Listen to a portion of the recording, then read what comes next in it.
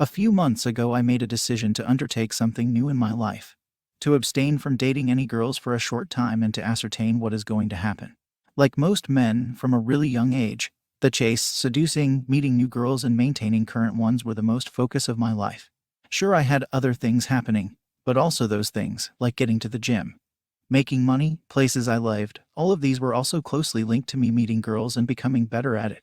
From a purely biological viewpoint, it makes perfect sense. Our genes' main purpose during life is to breed themselves the maximum amount possible.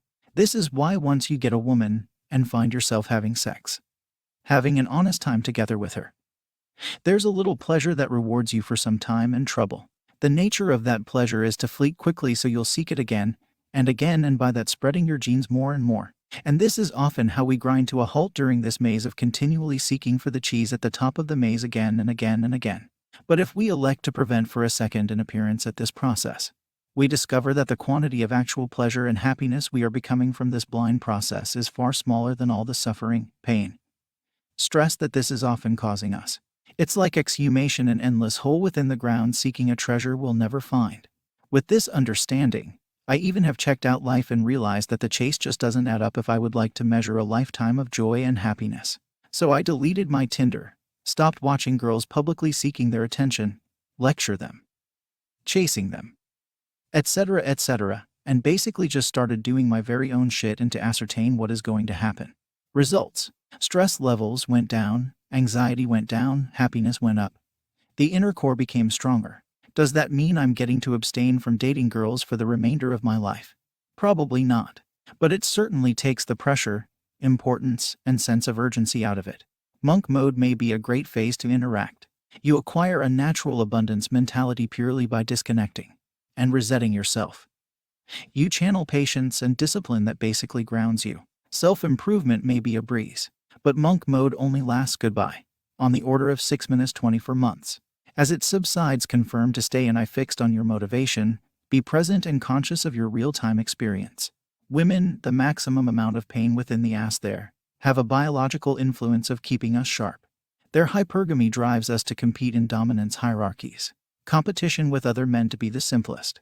When you take women out of the equation, you will need to source your motivation from elsewhere. Chasing women is sort of a drug. Your hormones keep you hooked the when you're there. Once you disassociate from it and break away from the addiction, your hormones hamper. You reach some extent where you'll pride yourself on not giving a shit about women, because literally, you don't. It's liberating. You'll have longer and you will have more resources. You'll buy all the toys and gadgets you would like, and you will spend longer on the hobbies you enjoy. But it's never enough. You'll notice something doesn't feel right. You'll feel boredom. It confuses you and scares you. You retain filling your life with shit you tell yourself matters. You'll proceed together with your routines. At now, one among two paths will happen. You continue down the trail of your routines and your MGTOW lifestyle. Your motivation continues to bleed. You let yourself go. You still look for a purpose. Having extra money doesn't satisfy you. You perpetually chase activities in attempts of achieving fulfillment. One night you leave being social together with your friends. Your mindset of abundance will attract a hot girl you were not even trying to find, or even you run into an ex. You'll fuck for the primary time during a while. And it'll be one among the simplest lays because you genuinely didn't try in the least. You'll desire a king that night. When it happens, you'll notice something strange about yourself.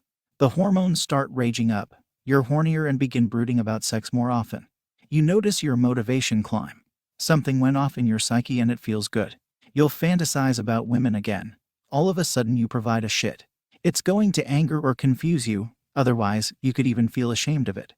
You are feeling such as you lost all the progress. What happened is you've re-engaged your biology. You're back to competing within the dominance hierarchies. You're face to face together with your biological purpose, the evolutionary destiny that's procreation.